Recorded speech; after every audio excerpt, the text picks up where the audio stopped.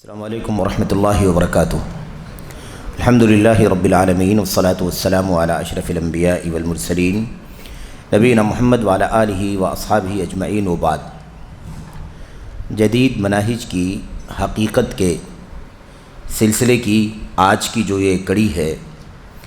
اس میں انشاءاللہ تبارک و تعالی ہمارے سامنے چند سوالات ہیں اور ان سوالات کے جوابات۔ یہ سارے سوالات ظاہر ہے کہ منہج سے ہی متعلق ہیں، اور یہ سوالات تھوڑے تھوڑے فرق کے ساتھ کئی بار آ رہے ہیں، اور اس میں الگ الگ انداز کی باتیں پوچھی جا رہی ہیں۔ اس کا فائدہ یہ ہے کہ ہم ان نئے راستوں کے سلسلے میں بہت سارے پہلوؤں کو جان سکیں۔ ایسا نہیں ہے کہ آپ نام سنیں تو کہیں بار بار وہی سوال آ رہا ہے۔ سوال وہ نہیں ہے، سوال اسی نئے راستے کے کسی پہلو سے متعلق ہے، اسی کے کسی گوشے سے متعلق ہے یہ سوال۔ مثال کے طور پر آج کا جو سوال ہمارے سامنے ہے، سوال نمبر 32 ہے یہ، اور سوال نمبر 32 میں پوچھا جا رہا ہے ایسے شخص کے بارے میں آپ کیا فرماتے ہیں جو موجودہ امت مسلمہ کو غائب کہتا ہے، یعنی امت مسلمہ ہے ہی نہیں، ہونے کے باوجود بھی غائب ہے۔ تو امت مسلمہ کیا غائب ہو سکتی ہے؟ امت مسلمہ تو اب قیامت تک کے لیے ہے۔ اللہ کے نبی صلی اللہ علیہ وسلم نے فرما دیا ہے کہ میں آخری نبی ہوں، اور اب قیامت تک جو لوگ بھی آئیں گے وہ سب میری امت کے لوگ ہیں، خواہ وہ مجھ سے پہلے انبیاء کے ماننے والے رہے ہوں، یہودی رہے ہوں، عیسائی رہے ہوں، لیکن اب میرے آنے کے بعد دنیا میں قرآن کے اترنے کے بعد وہ امت محمد کے لوگ ہیں صلی اللہ علیہ وسلم۔ اگر مان لیں گے تو امت اجابت ہو جائیں گے، ایمان لے آئیں گے، اور اگر نہیں ایمان لائیں گے تو امت دعوت میں شامل ہوں گے وہ، یعنی دعوت میں وہ سب کے سب شریک ہیں۔ مان لیا تو قبول کرنے والی امت، یعنی امت میں وہ طبقہ جس نے مان لیا ہے، قبول کر لیا ہے، ایمان لے آئے ہیں جو لوگ، ان میں شامل ہو جائیں گے، لیکن رہیں گے سب کے سب امت محمد صلی اللہ علیہ وسلم کے افراد۔ اچھا، آپ یہ بھی جانتے ہیں کہ امت کے سلسلے میں اللہ کے نبی علیہ الصلوۃ والسلام نے بھی فرمایا تھا کہ اللہ کے نبی علیہ الصلوۃ والسلام نے فرمایا کہ میں نے اللہ تعالیٰ سے کئی دعائیں کیں، ان دعاؤں میں سے ایک دعا یہ بھی کی کہ میری امت میں اختلاف اور جھگڑا نہ ہو،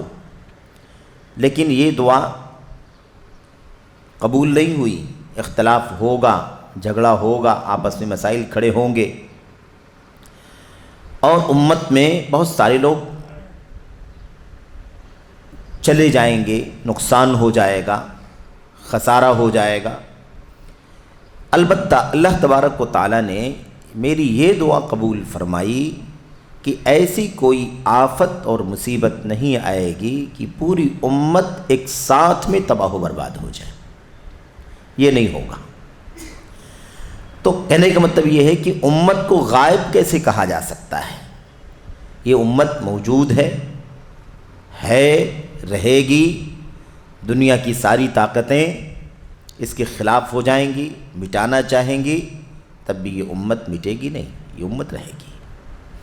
تو اب سوال یہ پیدا ہوتا ہے کہ ایسا شخص ہے کون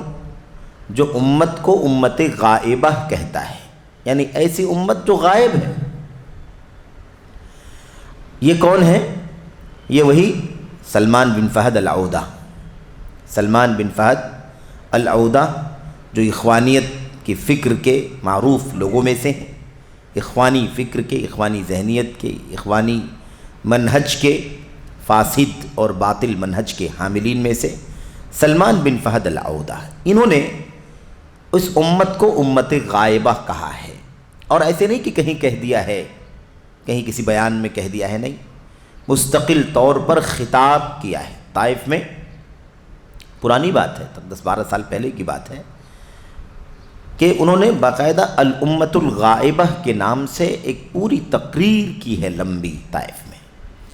جس میں اسی اخوانی فکر جو تحریکی فکر ہوتی ہے نا، تکفیر والی فکر، جاہلیت قرار دینے والی فکر، اور جو لوگ حکمرانوں کے خلاف کھڑے نہ ہوں یا بغاوت کا جھنڈا نہ اٹھائیں، اس فکر کے ساتھ دینے والے نہ ہوں، ایسے ہی لوگوں کے بیچ میں اپنی یہ تقریر انہوں نے کی ہے امت غائبہ۔ جو یہ کام نہیں کرتا ہے گویا کہ وہ امت نل ہے ہی نہیں، اس معنی میں انہوں نے امت کو امت غائبہ کہا ہے۔ اب آپ سوچیے کہ ایک طرف یہ بات کہ امت غائبہ کہا جائے، دوسری طرف نبی کریم صلی اللہ علیہ وسلم کی وہ حدیثیں کہ کتنے بھی حالات خراب ہو جائیں، اگر مسلم حکمران ولاۃ امور گناہوں کے کام کریں، صغیرہ یا کبیرہ گناہ کریں، ایک نہیں بہت سارے کبیرہ گناہ کریں، لیکن جب تک وہ کھلم کھلا کفر نہ کریں تب تک بغاوت کا جھنڈا نہیں اٹھایا جا سکتا، ان کا ساتھ دیا جائے گا، ان کے لیے خیرخواہی کی جائے گی، ان کے لیے دعا کی جائے گی۔ جو وہاں تک پہنچ سکتے ہوں گے یا جن کی باتیں وہاں تک پہنچ سکتی ہوں گی، ایسے لوگ پہنچ کر کے انہیں سمجھائیں گے، نصیحت کریں گے تنہائی میں، فَلْيَخْلُ بِهِ، تنہائی میں نصیحت کریں گے، میڈیا پر نہیں، ساری دنیا کے سامنے نہیں، ممبر پر نہیں، اسٹیج پر نہیں، محرابوں پر نہیں، حرمین شریفین سے نہیں، بلکہ کہاں سے؟ تنہائی میں پہنچ کر کے نصیحت کریں گے۔ اور ساتھ ہی ساتھ اللہ کے نبی صلی اللہ علیہ وسلم نے اتنی بات بیان فرمائی کہ اگر وہ تمہیں مارے اور تمہارا مال چھین لے تب بھی تم اس کی اطاعت کرو، اس سے بغاوت کا اس کے سامنے جھنڈا نہ اٹھاؤ اور اطاعت کا ہاتھ اس سے نہ کھینچو،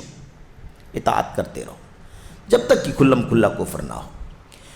تو اتنی تاکید نبی کریم صلی اللہ علیہ وسلم کی، اور ایک طرف سعودی حکومت کے بارے میں یا اسی نہج پر جو بھی فکر دنیا کے اندر ہے، ایسے لوگوں کو یہ کہنا کہ امت غائبہ ہے، امت غائب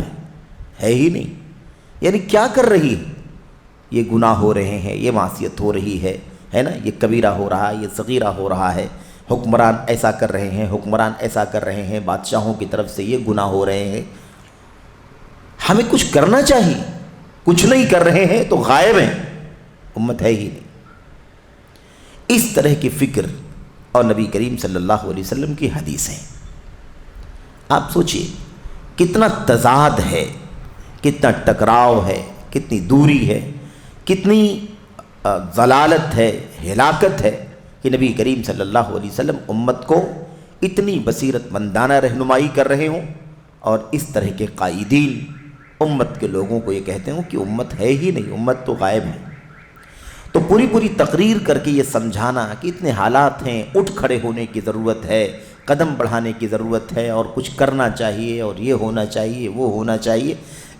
اس طرح کی بات کر کے نوجوانوں کو اور عوام الناس کو برگلانے کا کام انہوں نے کیا، امت غائبہ۔ خیر، یہ سوال کیا گیا شیخ صالح فوزان سے کہ جو لوگ ایسا کہتے ہیں کہ امت غائب ہے، ایسے لوگوں کے بارے میں یا ایسے شخص کے بارے میں آپ کا کیا خیال ہے؟ خلاصہ کلام سلمان بن فہد العودہ نے یہ بات کہی ہے، تو اس طرح کی بات کرنے والے کے بارے میں آپ کا کیا خیال ہے؟ کیا امت کو غائب کہا جا سکتا ہے؟ جواب میں شیخ صالح فوزان کہتے ہیں امت مسلمہ کو غائب کہنے سے لازم آتا ہے کہ تمام اسلامی ممالک کافر ہیں، یعنی اس کا مطلب جب امت غائب ہے تو امت مسلمہ غائب ہے، تو اس کا مطلب کہیں بھی اسلامی نظام ہے ہی نہیں روئے زمین کے اوپر، کیونکہ جو لوگ غیر مسلم ممالک میں رہتے ہیں، سیکولر ممالک میں، وہاں یہ کہا جائے کہ بھائی ٹھیک ہے، وہ حکومت ان کی نہیں ہے یا ان کا اختیار نہیں ہے، بلکہ وہ اسلام پر جتنا ممکن ہوتا ہے اتنا وہ عمل کرتے ہیں، لیکن اسلام کا اور اسلام کے نظام کا کوئی بالادستی نہیں ہے۔ لیکن یہاں تو ٹھیک ہے کہ بھائی جتنا ان کو ممکن ہے وہ عمل کرتے ہیں، لیکن نظام نہیں ہے۔ لیکن روئے زمین پر الحمدللہ توحید و سنت کا نظام بھی قائم ہے، اور ساری دنیا اپنے ماتھے کی نگاہوں سے دیکھ بھی رہی ہے۔ پھر اس کے بعد اگر کہا جائے کہ امت مسلمہ غائب ہے، تو اس کا مطلب کیا نکلتا ہے؟ یہی نا جو شیخ صالح فوزان کہہ رہے ہیں، اس سے لازم آتا ہے کہ تمام اسلامی ممالک کیا ہیں؟ کافر ہیں، کیونکہ مسلمان اگر رہیں گے تو امت ہے ہی، اسلام ختم، پبلک تو دکھائی دے ہی رہی ہے۔ یہی کہا نا اس سے پہلے والے محاضرے میں، اس سے پہلے والی بات میں کہ سارے لوگ موجود ہیں، کلمہ پڑھ رہے ہیں، لا الہ الا اللہ محمد الرسول اللہ، سب کچھ ہے، لیکن مسئلہ صرف کیا ہے؟ حکومت کی بات نہیں کرتے ہیں، اور اس طرح کی حکومتوں کو مطلب ختم کر کے صحیح حکومت قائم کرنے کی کوشش نہیں کرتے ہیں۔ اس لیے سب کے سب اتنی بڑی بھیڑ ہے، اتنی مسجدیں ہیں، اتنے منارے ہیں، اتنے اذان ہیں، ان سب کے باوجود بھی وہ سب دوبارہ اسلام کی دعوت دیے جانے کے قابل ہیں۔ دوبارہ ان کو نئے سرے سے اسلام پہنچانے کی ضرورت ہے، کیونکہ حاکمیت نہیں پائی جاتی ہے، حکومت ہی سب کچھ وہ نہیں پائی جا رہی ہے، اور جو پائی جا رہی وہ ان کے معیار کے مطابق نہیں ہے، کیونکہ اس میں وہ نہیں ہے، ان کی فکر نہیں ہے، ان کا نظریہ نہیں ہے، اس لیے اس کو وہ شمار ہی نہیں کرتے ہیں کہ کوئی حکومت ہے۔ تو اب یہی کہنا چاہتے ہیں کہ ساری تعداد تو ہے ہی، بڑی تعداد ہے دنیا کے اندر، لیکن اسلام نہیں ہے۔ اگر اسلام کے ساتھ ہوتی اتنی بڑی تعداد تب تو ہم اس کو امت اسلام کہتے، امت مسلمہ کہتے، لیکن جو چاہیے وہ نہیں پایا جاتا ہے، تو اتنی ساری تعداد کے باوجود بھی امت مسلمہ غائب ہے۔ سمجھ گئے نا بات کو؟ اصل میں یہ ہے، ایسا نہیں کہہ رہے کہ امت ختم ہو گئی ہے، ہلاکت ہو گئی اور اتنے لاکھ لوگ دنیا سے چلے گئے اور موت کے گھاٹ، یہ مسئلہ نہیں ہے، سارے لوگ موجود ہیں، لیکن اسلام والی امت غائب ہے، اسلام والی امت نہیں ہے ہی نہیں، یہ کہنا چاہتے ہیں۔ یہ تو وہی شیخ صالح فوزان کہتے ہیں امت مسلمہ کو غائب کہنے سے لازم آتا ہے کہ تمام اسلامی ممالک کیا ہیں؟ کافر ہیں، کیونکہ اس جملے کا معنی یہ ہے کہ سرے سے کوئی اسلامی حکومت ہے ہی نہیں، جبکہ یہ بات فرمان رسول صلی اللہ علیہ وسلم کے خلاف ہے۔ آپ صلی اللہ علیہ وسلم نے فرمایا تھا لا تزال طائفة من امتی علی الحق ظاہرین لا یضرهم من خذلهم ولا من خالفهم حتى یأتی امر اللہ وهم كذلك یا وهم علی ذلك۔ اللہ کے نبی نے فرمایا تھا کہ میری امت کا ایک طبقہ، میری امت کی ایک جماعت حق پر غالب رہے گی۔ اس حدیث کا انکار لازم آتا ہے کہ نہیں لازم آتا ہے؟ اگر کہا جائے امت مسلمہ غائب ہے، نبی فرماتے ہیں کہ غائب ہو ہی نہیں سکتی، میری امت کا ایک طبقہ ہمیشہ حق پر قائم رہے گا اور دبا کچلا نہیں رہے گا، حق پر غالب رہے گا۔ اور جب غالب ہونے کی بات آ گئی تو یہ بھی ذہن میں فوراً آ جانا چاہیے سمجھ میں کہ ٹکراؤ چلے گا، کھینچ تان چلے گی، مقابلہ آرائی چلے گی، تبھی تو کوئی غالب اور مغلوب ہوگا۔ ہاں، اس کا مطلب سارے لوگ ان کے پیچھے پڑے ہوں گے، سنت سے، دین سے، خالص توحید سے برگشتہ کرنے کی ساری طاقتیں اکٹھا ہو جائیں گی، لیکن وہ غالب رہیں گے حق کے اوپر۔ تو حق سے ہٹانے کے لیے، باطل پر لگانے کے لیے کوششیں چلیں گی، اس کے لیے بہت سارے جتن کیے جائیں گے، لیکن سب کے باوجود بھی وہ حق پر غالب رہیں گے، حق پر ڈٹے رہیں گے۔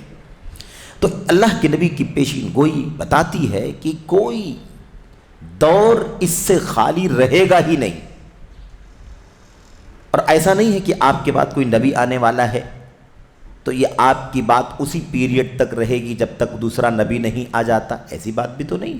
کیونکہ آپ کے بعد تو کوئی نبی آنے والا نہیں، آپ کی بات قیامت تک کے لیے، جو بھی آپ نے کہا ہے وہ قیامت تک کے لیے کہا ہے۔ تو غائب ہونے کا پیریڈ کون سا ہے؟ امت مسلمہ کے غائب ہونے کا پیریڈ کون سا ہے؟ سمجھ رہے ہیں نا؟ کوئی پیریڈ ہے ہی نہیں، کوئی لمحہ، کوئی سیکنڈ بھی نہیں آئے گا جس میں امت مسلمہ موجود نہ ہو۔ اللہ کے نبی کہتے ہیں لا تزال، ہمیشہ ایک طبقہ حق پر رہے گا، لا یضرهم من خذلهم، جو ان کو بے سہارا چھوڑ دیں گے، جو ان کی مدد سے دور ہٹ جائیں گے، مدد سے ہاتھ کھینچ لیں گے،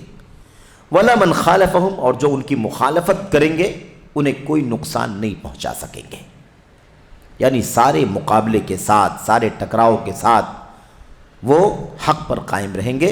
اللہ تعالیٰ کا حکم آ جائے گا اور وہ ایسے ہی رہیں گے۔ ہے نا صاف وضاحت؟ قیامت تک چلے گا، یہ قیامت تک۔ اب یہ سلمان العودہ صاحب نے جو یہ بات کہہ دی کہ امت مسلمہ غائب ہے، کتنی خطرناک بات ہے، کتنی سنگین بات ہے۔ اچھا، امت پر جو حالات پچھلے ماضی میں آئے ہیں، ہے نا، 1400 سال، 14 صدیاں گزری، کتنے نازک حالات آئے لیکن کیا کسی نے کہا کہ امت مسلمہ غائب ہے؟ آج تو الحمدللہ ایک پوری طاقت کے ساتھ، سیاسی طاقت، مالی طاقت، سماجی طاقت، عقیدے اور ایمان کی طاقت، منہج کی طاقت، علم اور اصول کی طاقت کے ساتھ ایک منارے کی طرح سے ایک ملک پوری دنیا کے اندر قائم ہے، اور ایسے وقت میں آدمی اسی ملک میں رہ کر کے کہتا ہے کہ امت غائب ہے۔ یہ ذہنیت کیا ہے؟ تکفیر والی ذہنیت، اسلام سے باہر نکالنے والی ذہنیت، گناہوں کی وجہ سے، بعض جرائم کی وجہ سے، معاصی کی وجہ سے ان کو کافر قرار دینا اور یہ کہنا کہ امت مسلمہ تو غائب ہے۔ اچھا، پھر ساتھ ساتھ یہ بھی ذہن میں رکھیں کہ بشمول کتنے امت کے اندر علماء ہیں بڑے بڑے، کتنے صلحاء ہیں، کتنے تقوی شعار اللہ تبارک و تعالیٰ کے بندے، سب اس کے اندر شامل ہیں کہ نہیں شامل ہیں؟ پوری امت غائب ہے، جبکہ اللہ کے نبی نے فرمایا کہ ایک شخص بھی اگر حق پر قائم رہے گا تو اس کا قائم رہنا امت کا قائم رہنا ہے۔ تو ایسا تو ایک شخص بھی اگر حق پر چلتا رہے گا تب بھی نہیں کہا جا سکتا ہے کہ امت غائب ہے، کیونکہ اکیلے ہی حق پر چلنے والا امت ہے۔ تو یہ ساری تعلیمات اور ساری ہدایات ایک طرف رکھ کر کے اپنی ہوس، اپنی پارٹی، اپنا گروہ، اپنی ٹولی کے افکار و نظریات کو لوگوں کے سامنے عام کرنا، پھیلانا، یہ ان کا مشن ہے، ایسا کرتے ہیں۔ اچھا، اب کچھ لوگوں نے کہا بھی، اعتراض کیا، بلکہ سلمان عودہ صاحب سے کسی خاتون نے فون کیا، انہوں نے خود اپنے لیکچر میں کہا تھا، انہوں نے الامت الغائبہ کے نام سے جو لیکچر دیا، اسی سے ملتا جلتا جب دوسرا لیکچر دینے کا ٹائم آیا تو اس سے پہلے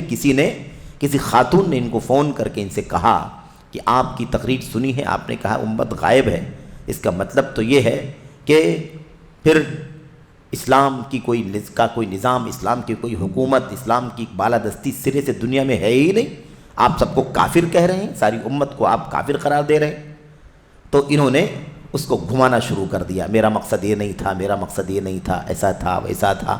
میں یہ کہنا نہیں چاہتا ہوں، وہ نہیں کہنا چاہتا ہوں۔ یہ امت غائبہ کا عنوان کیوں لگایا تقریر کے اوپر؟ کون سی تعبیر ہے یہ؟ اس کی کیا گنجائش ہے نبی کریم صلی اللہ علیہ وسلم کی حدیثوں کے سامنے؟ کوئی بھی کہہ سکتا، کوئی بھی سوال کرے گا ہی کرے گا۔ آپ کہتے ہیں امت غائب ہے، اور پھر اس کے بعد آپ جب سوال کیا جا رہا ہے تو آپ اس کی تعویل کر رہے ہیں، تو یہ بہت خطرناک مسئلہ ہے۔ اب کوئی آئے اور کہے کہ انہوں نے وضاحت کر دی ہے کہ میرا مقصد یہ نہیں تھا، میرا مقصد یہ نہیں تھا،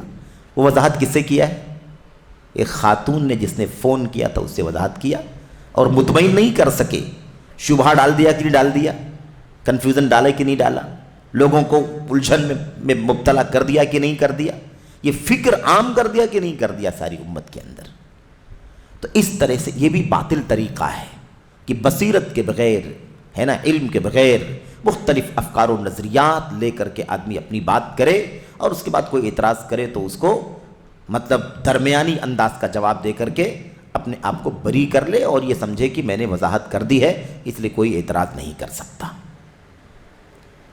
اگر یہ تھا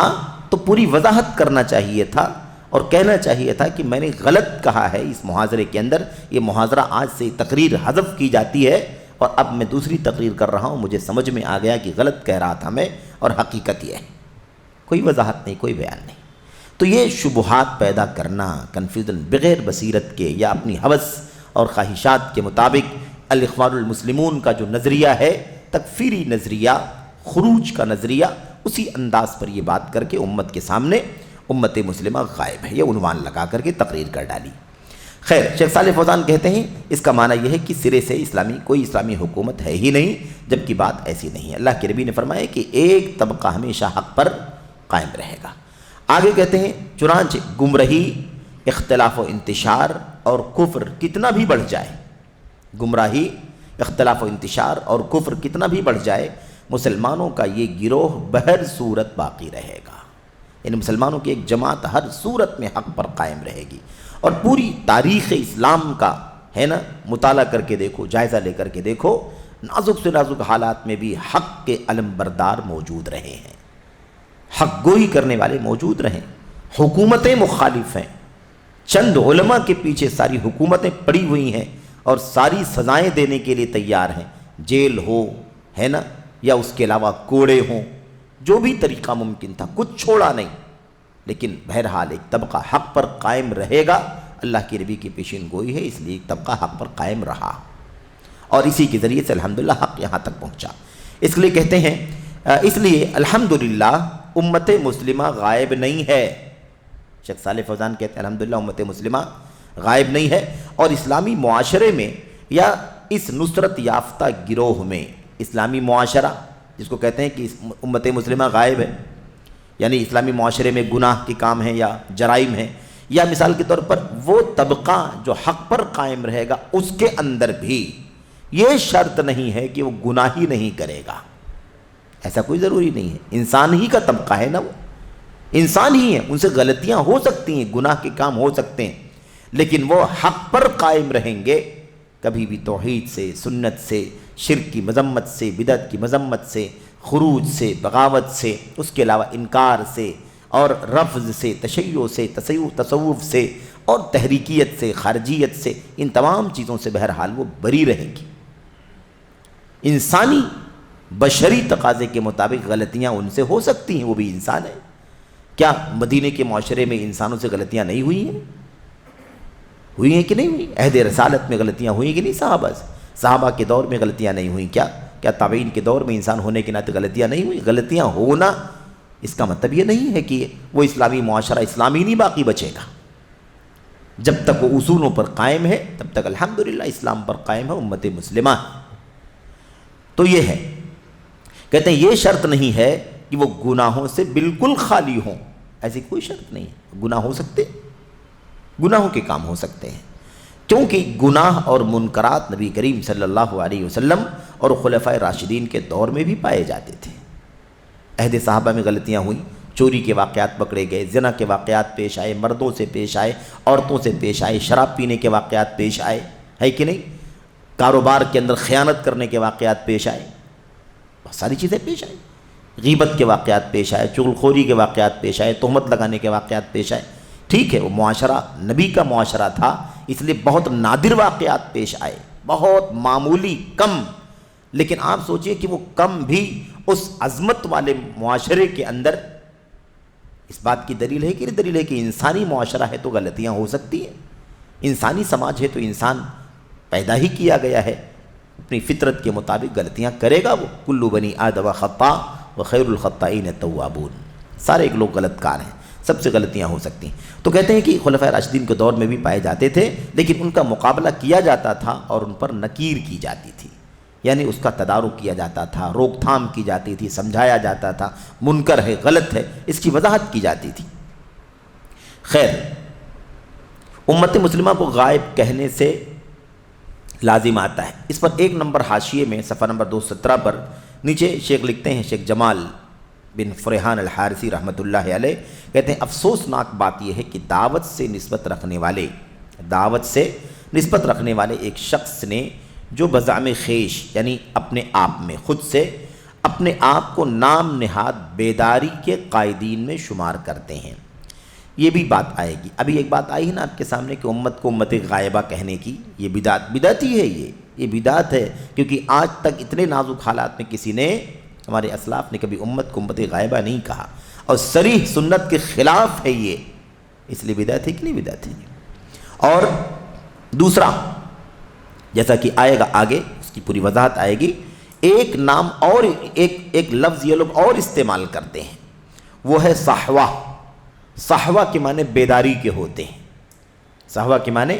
بیداری کے، یعنی ایک ہوتا ہے سونے والا، ایک ہوتا ہے صاحی، ایک ہوتا ہے نائم، ایک ہوتا ہے صاحی۔ نائم سونے والا اور صاحی بیدار، تو کہتے ہیں صحوہ، یعنی گویا کہ امت جو ہے وہ غفلت میں سو رہی ہے، ہم بیدار لوگ ہیں، بیدار کرنا چاہتے ہیں۔ کون سی بیداری ہے یہ؟ کبھی انہوں نے توحید کے لیے بیداری نہیں کی، کبھی انہوں نے سنت کے لیے بیداری نہیں کی، کبھی انہوں نے حق اور حلال کے لیے بیداری نہیں کی، اصولوں کے لیے بیداری نہیں کی۔ بیداری کا مطلب وہی ہے، اٹھ کھڑے ہو جاؤ، ہتھیار اور فلاں چیزیں لے کر کے اور حکمرانوں کے خلاف اور مسلم نظام کے خلاف بغاوت کا جھنڈا اٹھا لو، اسی کو بیداری کہتے ہیں۔ تو آئے گی بات صحوہ، علماء صحوہ، صحوہ اور صحوہ کے علماء یعنی بیداری کے علماء جو اپنے آپ کو بیداری کے علمبردار کہتے ہیں، اس کا بھی نام ہے۔ یہ سب نئے الفاظ ہیں، شیخ صالح فوزان نے آگے کہا ہے، جب آئے گی وہ بات آگے، تو شیخ نے کہا ہے کہ ایسے علماء کو کون سا نام دیا جائے، یعنی ان کو کون سے علماء کہا جائے؟ سلفی علماء کو علماء سلفیین کہا جاتا ہے، سنت کے علماء کو علماء سنت کہا جاتا ہے، یہ صحوہ والے تو ان کو کیا کہا جائے؟ علماء صحوہ کہا جائے؟ یہ کون سی اصطلاح ہے؟ کون سی کتاب میں سنت میں آئی ہے؟ یہ کہاں سے آ گیا؟ پوری امت 14 صدیاں گزر چکی ہیں، آج تک یہ لفظ کسی نے استعمال نہیں کیا۔ تو یہ سب اصل میں جدید اصطلاحات ہیں، جدید الفاظ ہیں نوجوانوں کو، اور یہ سب الفاظ اخبار کے الفاظ ہیں،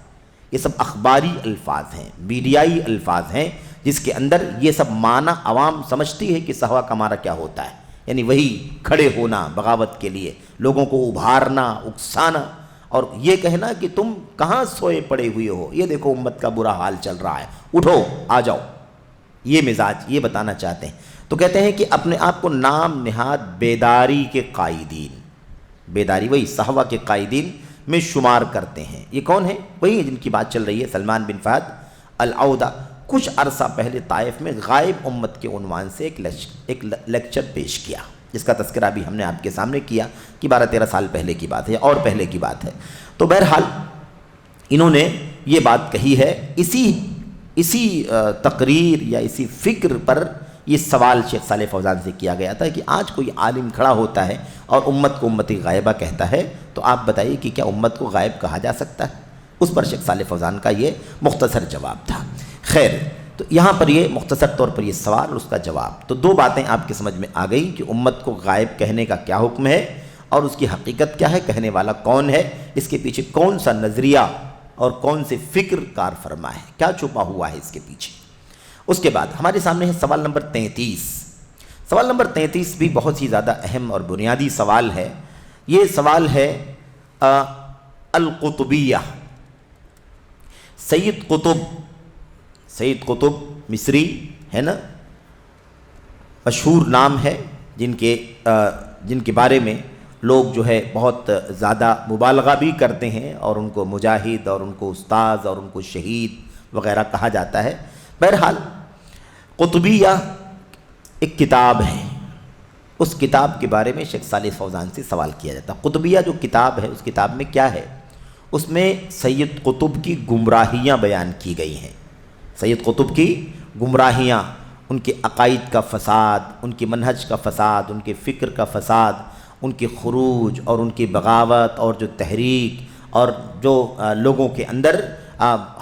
لوگوں کو، عوام الناس کو مسلم حکمرانوں کے خلاف اکسانے بھڑکانے کی جو باتیں کہی گئی ہیں، ان کی تردید کی گئی ہے۔ قطبیہ نام کی کتاب ہے۔ اس کتاب کے بارے میں پوچھا جا رہا ہے، القطبیہ نامی کتاب کے بارے میں آپ کی کیا رائے ہے؟ اس کتاب کے بارے میں آپ کی کیا رائے ہے؟ کیا آپ اسے پڑھنے کی نصیحت کرتے ہیں؟ اور کیا ردود کی کتابیں سلف صالحین کا منہج ہے؟ 3 سوال ہیں، ایک سوال میں 3 شق بڑی اہم۔ ایک تو کتاب کے بارے میں آپ کی کیا رائے ہے، یعنی کتاب صحیح ہے نہیں صحیح ہے، مطلب اس کے بارے میں آپ کا موقف، اور دوسرا آپ اسے پڑھنے کی نصیحت کرتے ہیں یا نہیں کرتے ہیں۔ تیسری چیز، یہ جو رد میں کتابیں لکھی جا رہی ہیں، سید قطب کے خلاف یہ کتاب لکھی گئی ہے مثال کے طور پر، اور بھی اس طرح کتابیں لکھی جا رہی ہیں، تو یہ رد والی کتابیں لکھنا کیا سلف کا طریقہ رہا ہے؟ آج بہت سارے لوگ کہتے ہیں کہ نہیں اس کے خلاف اس کے خلاف رد مت کرو، رد کرنے سے اختلاف پیدا ہوتا ہے، اس میں دوریاں پیدا ہوتی ہیں، امت میں اتحاد پیدا کرنے کی ضرورت ہے۔ اس طرح کے جتنے نعرے ہیں سب جھوٹ ہیں، اس لیے کہ اتحاد کا معنی ہی لوگ نہیں سمجھتے کہ اتحاد ہوگا کس چیز پر، اتحاد کس چیز پر ہوگا یہ لوگ نہیں سمجھ رہے ہیں۔ اتحاد کا مطلب بھیڑ جمع کرنا سمجھتے ہیں، سب ایک ہو جائیں، یہ نہیں سمجھتے کہ سب کس چیز پر ایک ہو جائیں۔ اصل محور اتحاد کا کیا ہے، اتحاد کا قطب اور اس کی بنیاد کیا ہے، اس کا مرکز کیا ہے، کس بات پر سب اکٹھا ہو جائیں۔ آپ کہیں کہ آپ کی رائے پر سب اکٹھا ہو جائیں، میں کہوں میری رائے پر اکٹھا ہو جائیں، تیسرا کہیں میری رائے پر اکٹھا ہو جائیں، تو ایسے کسی کی رائے پر اکٹھا ہونے کا نام اتحاد نہیں ہے۔ کوئی ہے ایک حقیقت، سچائی،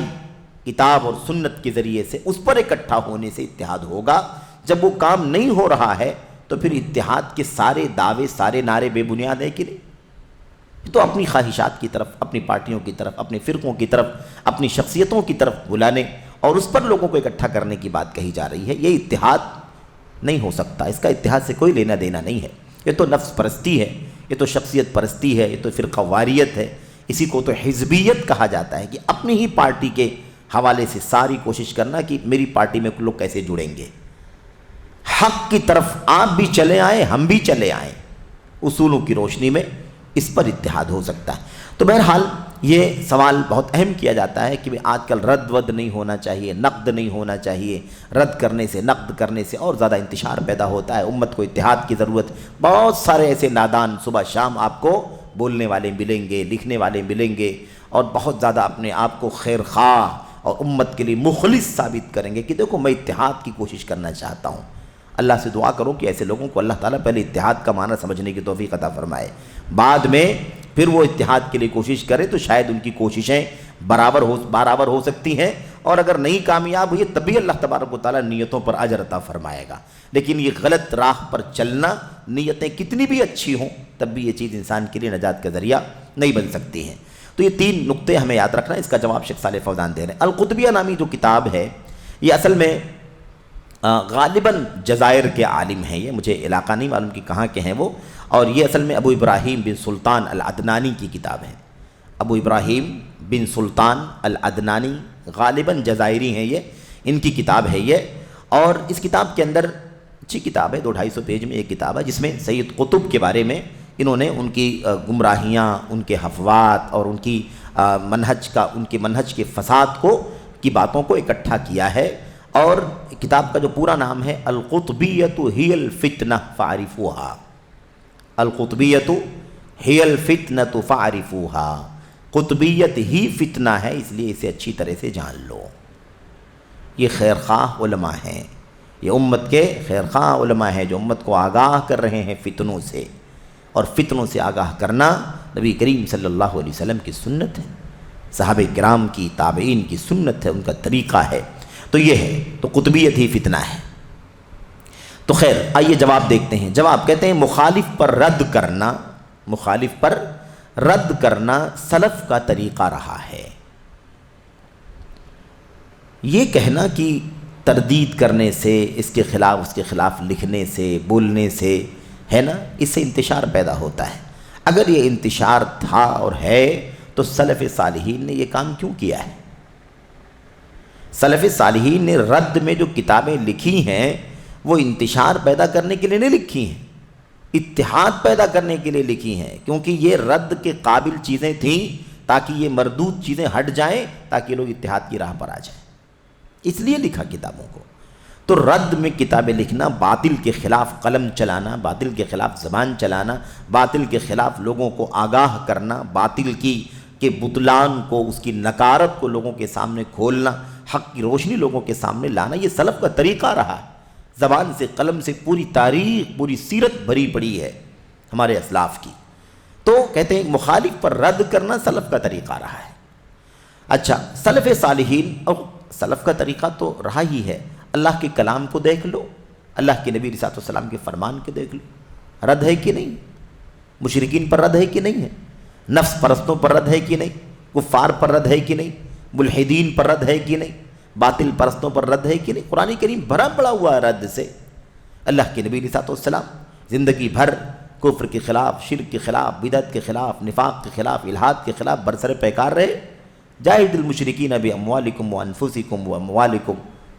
اپنی جانوں سے، اپنے مالوں سے، ہے نا، مشرکین سے جہاد کرو۔ تو اللہ کے نبی صلی اللہ علیہ وسلم کی سیرت، آپ علیہ الصلوۃ والسلام کی زندگی، صحابہ کرام کا اسوہ ہمارے سامنے ہے کہ مخالف پر رد کرنا یہ دین ہے، عقیدہ ہے، کتاب ہے، سنت ہے، سلف کی سیرت ہے، اس میں کوئی مسئلہ نہیں ہے۔ نفس پرستی نہیں ہونی چاہیے، خواہشات نفسانی کی غلامی نہیں، اصول اور ضابطے کے مطابق سچائیوں کو واضح کیا جائے، باطل کو بے نقاب کیا جائے، یہ سلف کا طریقہ رہا ہے۔ دیکھیے سلف صالحین مخالفین حق کی تردید کرتے رہے ہیں، حق کی مخالفت کرنے والوں پر رد کرنا سلف کا طریقہ رہا ہے، اور ان کی کتابیں ہمارے درمیان موجود ہیں، یعنی کوئی یہ ہوا میں بات نہیں ہے، کتابیں آج بھی ہماری لائبریریوں کے اندر موجود ہیں،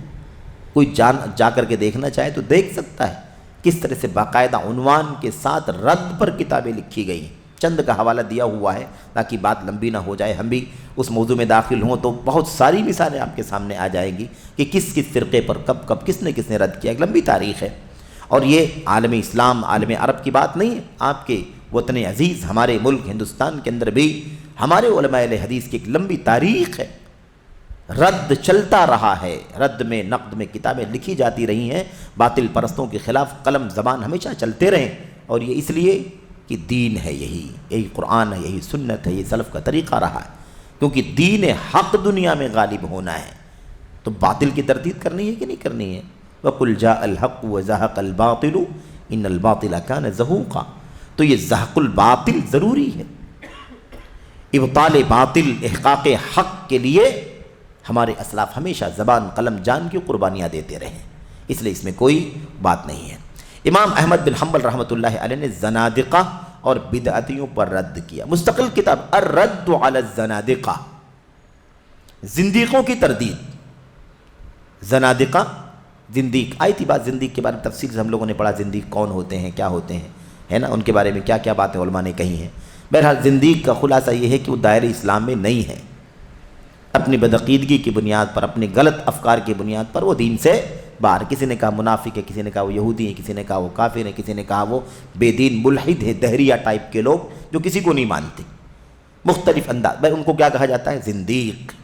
تو زنادقہ پر الرد علی الزنادقہ، زنادقہ کی تردید، مستقل کتاب،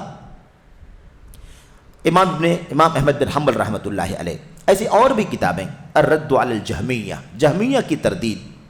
الرد علی المعطلہ، امام ابن تیمیہ کی کتاب کا تذکرہ کر رہے ہیں۔ امام ابن تیمیہ رحمۃ اللہ علیہ نے فلاسفہ، فلسفی، وہی عقل کی بنیاد پر سارا دین، سارا عقیدہ، اللہ کی توحید، الہیات، سب کچھ اپنی عقل اور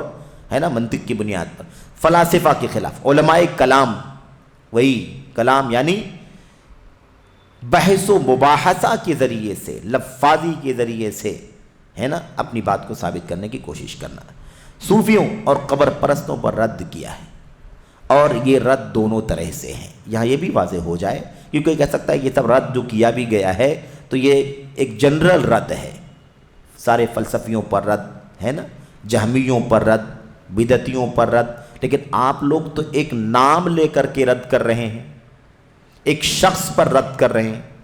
ایک شخص کی کتاب پر رد کر رہے ہیں، یعنی ایک فکس کر کے، یعنی متعین کر کے۔ اس کی کیا دلیل ہے؟ تو اس کی بھی دنیا بھر کی دلیلیں ہیں۔ امام ابن تیمیہ رحمۃ اللہ علیہ نے خود الگ الگ ناموں سے رد کیا ہے۔ الرد علی البکری، ہے نا، ایک شخص کے اوپر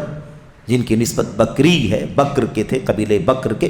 تو ان پر رد کیا، اس کا نام ہی کتاب کا الرد علی البکری۔ الرد علی الاخنائی، اخنائی پر رد، یہ ایسے لوگ ہیں جو باطل کی تردید، باطل کی نشر و اشاعت کرنے والے لوگ تھے، ان پر رد کیا امام ابن تیمیہ رحمۃ اللہ علیہ نے۔ تو اجماع یعنی مجموعی طور پر رد کرنا، کسی باطل فکر رکھنے والی کہ فرقے پر یا کسی شخص پر رد کرنا، کسی خاص کتاب پر رد کرنا، یہ سارے شواہد ہمارے اسلاف کے ہاں موجود ہیں۔ ایسے ہی صوفیوں پر، قبر پرستوں پر رد کیا امام ابن القیم رحمۃ اللہ علیہ نے بھی، اور دیگر بہت سارے ائمہ رحمہم اللہ نے اپنی کتابوں کے اندر لوگوں پر، باطل پرستوں پر رد کیا، اس کا جواب دیا، ان کی حقیقت کو بے نقاب کیا۔ امام ابن قیم رحمۃ اللہ علیہ کی کتاب الصواعق المرسلہ، کیا نام رکھا؟ الصواعق المرسلہ، الصواعق المحرقہ، اللہ اکبر، یعنی کیا مطلب؟ صواعق صاعقہ کی جمع ہے، صاعقہ کے معنی کیا ہوتے ہیں؟ آگ، ہے نا، کوئی آگ کی بارش ہو جائے، آگ کا کوئی گولا اتر جائے، ہے نا، تو کہتے ہیں جلا دینے والے آگ کے انگارے، کس کے خلاف؟ علی غزو المعطلۃ والجہمیہ، معطلہ اور جہمیہ کے خلاف۔ تو مستقل کتابیں لکھی گئی ہیں، تو باطل کی تردید کرنا کوئی، آج بہت سارے لوگ یہ جو تحریکی ہیں نا، یہ ساری دنیا کو غلط سمجھتے ہیں، ساری دنیا کے علماء کو غلط سمجھتے ہیں، لیکن اپنے خلاف اگر کسی نے تردید کر دی تو بہت بلبلانا شروع ہو جاتے ہیں، ہمارے خلاف لکھا جا رہا ہے، ہمارے بڑوں کے خلاف لکھا جا رہا ہے۔ یہ بڑی عجیب و غریب بات ہے۔ آپ سنت کی مخالفت کریں، آپ سلف کی مخالفت کریں، آپ مسلم حکمرانوں کی مخالفت کریں، آپ منہج سلف کے علماء کے خلاف بدزبانیاں کریں، سب روا ہے آپ کے لیے، اور آپ کی اس منحرف گفتگو پر، قلم پر، زبان پر اگر رد کر دیا جائے تو آپ بہت بے چین ہو جاتے ہیں۔ تو جو بیجا رد کرتا ہے وہ تیار رہے کہ اس پر رد کیا جائے گا، جو زبان کھولے وہ زبان کھولے جانے کے لیے تیار رہے۔ اور ویسے بھی یہ تو سلف کا موقف ہے، اس سے کون باز آنے والا ہے؟ ہم باز نہیں آ سکتے اس سے، ہمارا دین ہے، یہ ہمارے اسلاف کا طریقہ ہے، زبان کا بھی قلم کا بھی استعمال ہوتا رہے گا، چلتا رہے گا، اور یہ اللہ کے لیے، اس لیے ہمارے اسلاف یہ کام کرتے رہیں، اور آج تک کی کتابیں لکھی جا رہی ہیں، رد کیا جا رہا ہے، اس لیے تاکہ اللہ کا سچا دین غالب آ جائے۔ یہ ہوس پرستانہ اور اپنی خواہشات نفسانی کی غلامی والا جو طریقہ چلتا ہے، اس کا خاتمہ ہو اللہ تبارک و تعالیٰ کے دین سے۔ عوام، خواص اور خاص طور پر نوجوانوں کا طبقہ جنہیں تم ورغلاتے ہو، ان سب کو راہ حق کی رہنمائی کی جائے، اس مقصد کے لیے مشن چلتا رہے گا۔ تو کہتے ہیں کہ بہت سارے ائمہ رحمہم اللہ نے بیان حق اور لوگوں کے سامنے حق نمایاں کرنے کے لیے مخالفین پر رد فرمایا، تاکہ امت گمراہ نہ ہو، امت گمراہ نہ ہو، اور خطا کاروں مخالفوں کی پیروی نہ کر بیٹھے، خطا کاروں اور مخالفوں کی پیروی نہ کر بیٹھے، کیونکہ اگر نہیں سمجھایا جائے گا تو کوئی بھی کسی کے پیچھے بھاگ جائے گا، چلا جائے گا، نہیں سمجھے گا کہ حق کیا ہے، باطل کیا ہے۔ یہ امت کی خیر خواہی کا حصہ ہے، یہ امت کی خیر خواہی کا حصہ ہے۔ رہا مسئلہ القطبیہ، یہ تو اصولی بات بتا رہے تھے، ہمارے سلف رد کرتے رہے ہیں۔ اس کے بعد دوسری بات براہ راست کتاب القطبیہ کے بارے میں، جیسا کہ عرض کیا، القطبیۃ ہی الفتنہ فاعرفوها، قطبیہ ہی فتنہ ہے، اس لیے اسے اچھی طرح جان لو۔ اس کتاب، اور کہتے ہیں اس جیسی ردود کی دیگر کتابوں کا، یعنی رد والی دوسری کتابوں کا مسئلہ، تو جو کچھ ان میں درست اور سچ ہے اسے لینا واجب ہے، جو کچھ اس میں سچ اور درست ہے اسے لینا واجب ہے، یعنی رد میں جو کچھ صحیح رد کیا گیا اس کو لینا ضروری ہے۔ اگر مخالفین کی تردید کرنے والے، یہ غور سے سنیے، امانت کی بات شیخ صالح فوزان عرض کر رہے ہیں، اگر مخالفین کی تردید کرنے والے مخالف کی بات خود اس کی اپنی کتاب یا کیسٹ سے نقل کریں، یعنی ان کی کتاب سے کوٹ کریں کہ یہ غلط، ان کی کیسٹ سے سن کر کے نقل کریں کہ یہ غلط کہا گیا، یہ غلط لکھا گیا، نقل کریں براہ راست وہاں سے، اور کتاب یا کیسٹ اور اس کے جز اور صفحے کی تعین کریں، کس پیج پر لکھا ہوا ہے، کس منٹ سیکنڈ پر لکھا ہوا بولا ہوا ہے، سب برا، یعنی حوالہ پورے طور پر دے کر کے اگر رد کرتے ہیں اور وہ نقل کردہ بات واضح طور پر غلط ہو، جو بات کوٹ کی جا رہی ہے نا کتاب سے یا کیسٹ سے، وہ واضح طور پر کیا ہے، غلط ہے، تو لوگوں کی خیر خواہی کے لیے اس پر رد کرنے سے کون سی چیز مانے ہے؟ لوگوں کی خیر خواہی کے لیے، لوگوں کی بھلائی چاہنے کے لیے اس پر رد کرنے سے کون سی چیز روکنے والی ہے؟ کوئی معنی نہیں ہے، بالکل روکا، بالکل رد کیا جائے گا۔ اگر امانت داری کے ساتھ رد کیا جائے، کتاب سے بات کوٹ کی جائے، کیسٹ سے کوٹ کی جائے، اس کے حوالے دیے جائیں، کہاں ہے، کب کہا ہے، کہاں لکھا ہے، اس کے بعد اس پر رد کیا جائے، اس میں کوئی بھی رکاوٹ نہیں ہے۔ شیخ صالح فوزان کہتے ہیں کوئی معنی نہیں ہے، کہتے ہیں اس کا مقصد شخصیتوں کی تنقیص نہیں، اس کا مقصد شخصیتوں کی تنقیص نہیں، بلکہ لوگوں کی خیر خواہی اور ان کے سامنے حق کی وضاحت ہے۔ قطبیہ کے اندر سید قطب کی گمراہیوں کو بیان کیا گیا ہے۔ سید قطب کی شخصیت سے، ان کی ذات سے کوئی نفرت نہیں ہے، یہ ان کی شخصیت اور ذات سے کوئی نفرت نہیں ہے، ان کا جو انحراف ہے، ان کی جو عقیدے کی گڑبڑیاں ہیں، ان کے جو منہج کا فساد ہے، اس سے لوگوں کو آگاہ کرنا، اس آدمی نے غلطیاں کی ہیں، لکھی ہیں، آپ لوگ آگاہ رہنا، یہ ہے۔ تو اصل میں براہ راست شخص پر جرح کرنا مقصد نہیں ہے، اس کے اس باطل افکار اور نظریات کو لوگوں کے سامنے واضح کرنا ہے کہ بھئی آپ اس سے چوکنا رہنا، بھٹک نہیں جانا، بہک نہیں جانا۔ تو یہ حق کی وضاحت مقصود ہے۔ چنانچہ جب قطبیہ یا اس کے علاوہ کسی کتاب نے کسی پر جھوٹ نہیں کہا ہے، جب قطبیہ نے یعنی اس کتاب نے، اور یا اس کے علاوہ جو کتابیں لکھی گئی ہیں، اور بھی کتابیں لکھی گئی ہیں نا، بہت ساری کتابیں لکھی گئی ہیں، خاص طور پر اس حوالے سے شیخ ربیع بن ہادی بن عمیر المدخلی حافظ اللہ کی مشہور کتاب مطاعن سید قطب، مطاعن سید قطب فی الصحابہ، یعنی خاص صحابہ کے بارے میں انہوں نے زبان درازی جو کی ہے، اس میں جو انہوں نے صحابہ کرام کے بارے میں تان تشنیع کیا ہے، خاص طور پر حضرت عثمان غنی رضی اللہ تعالیٰ عنہ کے اوپر اور دیگر صحابہ کرام کے اوپر جو بنو امیہ کے تھے، ایسے لوگوں پر جو زبان درازی کی ہے، اس کا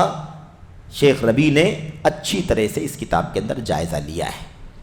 انہوں نے صاف صاف کہا ہے نا کہ حضرت علی بن ابی طالب رضی اللہ، ایک مثال آ جائے تاکہ بات واضح ہو جائے، حضرت علی بن ابی طالب رضی اللہ تعالیٰ عنہ کا جو دور خلافت تھا وہ حضرت ابو بکر اور عمر رضی اللہ تعالیٰ عنہ کے دور کا امتداد تھا،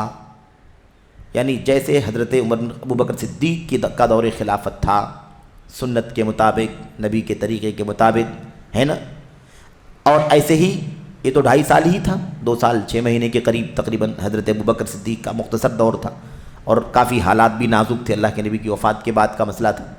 اس کے بعد ان کے بعد حضرت عمر بن خطاب خلیفہ ہوئے،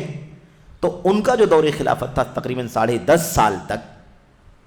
یہ بھی کافی مضبوط سنت اور زندگی کے معمولات میں اللہ کے دین پر، ہے نا، بالادستی قائم تھی، مضبوطی کے ساتھ چل رہے تھے۔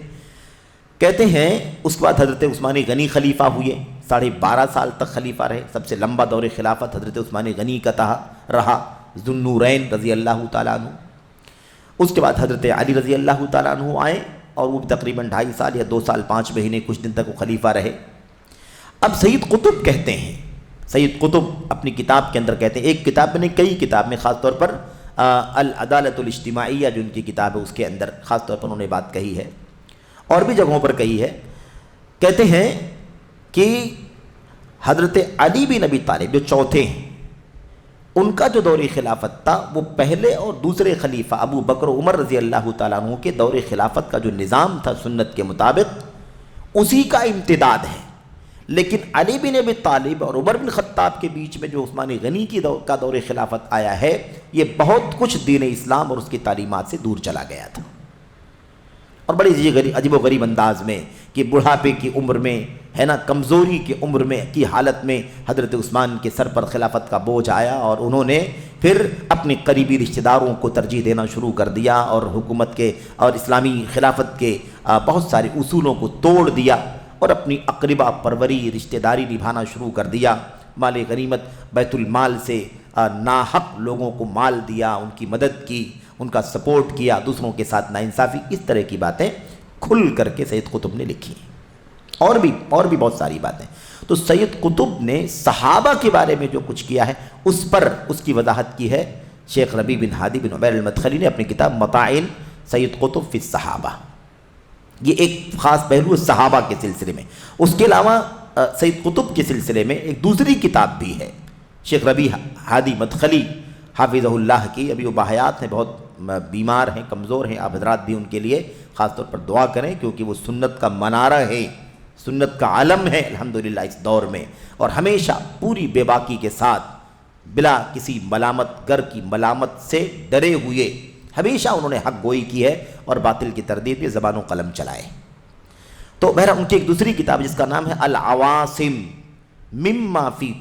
کتب سید قطب من القواسم، یعنی سید قطب کی جتنی کتابیں ہیں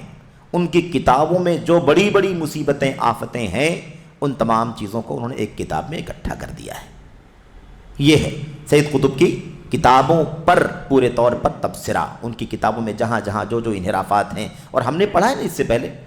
سے پہلے یہ تو بات صحابہ کے بارے میں چل رہی ہے،